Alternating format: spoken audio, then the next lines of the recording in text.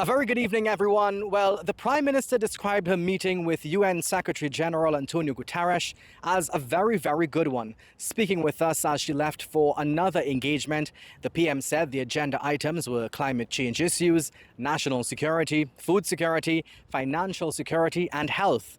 Discussions also centered around this country assuming a position as a non-permanent member of the UN Security Council for the 2027 and 2028 period. Now, last evening, the Prime Minister said an MOU was also signed with the United Arab Emirates to help rehabilitate and refurbish the Kuva Children's Hospital.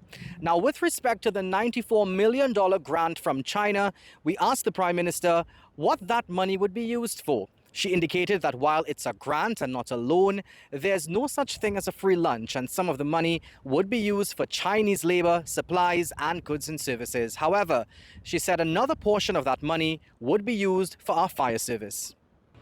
Almost every fire station in Trinidad and Tobago doesn't have a fire tender. So if we could use this money to procure fire tenders, they will be uniform if we use one brand. Uniform in terms of repairs, maintenance, and whatever. So that is one area. I've already asked our Minister of Homeland Security to give me a listing of the stations that need a fire tender.